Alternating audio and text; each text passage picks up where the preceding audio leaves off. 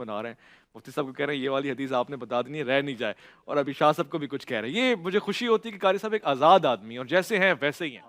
یا یہ ترمذی میں نہیں ہے، اللہ اللہ فی اصحابی، میرے صحابہ سے ڈرو، لا تتخذوہم غرضم، ان کو نشان تنقید اور ہدف نہ بناؤ۔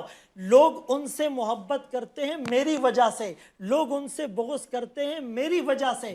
قرآن کریم میں یہ جو سورہ فتح کے آخری رکوع ہے، اشداء علی الکفار رحماء بینہم تراہم رکعا سجدا، آگے کیا ہیں؟ کان کھول کر سنیں، یبتغون فضلا من اللہ ورضوانا، یہ قرآن سرٹیفائیڈ گارنٹیڈ بات نہیں کرتا۔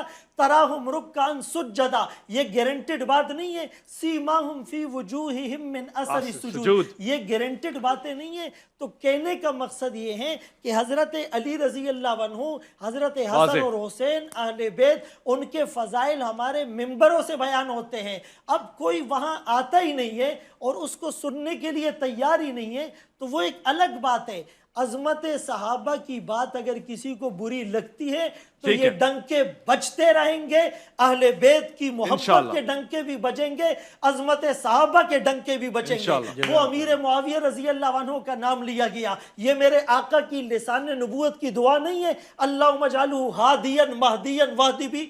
میرے آقا نے نہیں کہا اس کے سینے کو علم سے بھر دے، میرے آقا نے نہیں کہا پہلا بیری بیڑا حضرت معاویہ تیار کریں گے۔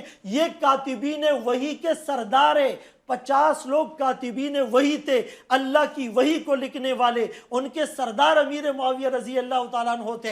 ان کو کرٹیسائز کر کے ہم غیر محسوس طریقے پر وحی کو مورد الزام نہیں ٹھہرا رہے۔ تو یہاں محبت کی بات ہو رہی تھی، خام خواہ اس کو ڈائیورٹ کرنے کی کوشش، کوئی صلح ختم نہیں ہوئے۔ اسلام قیامت تک صلح کا درس دیتا ہے۔ وَإِن طَائِفَتَانِ مِنَ الْمُؤْمِنِينَ اقْتَتَلُوا فَأَصْلِحُوا بَيْنَهُمَا، یہ قرآن کا حکم، کوئی اس پر مہر لگا سکتا ہے کہ یہ آیت صرف اس دور تک تھی؟ قرآن ویلڈ ہے اور قیامت کی سورج تک ویلڈ ہے۔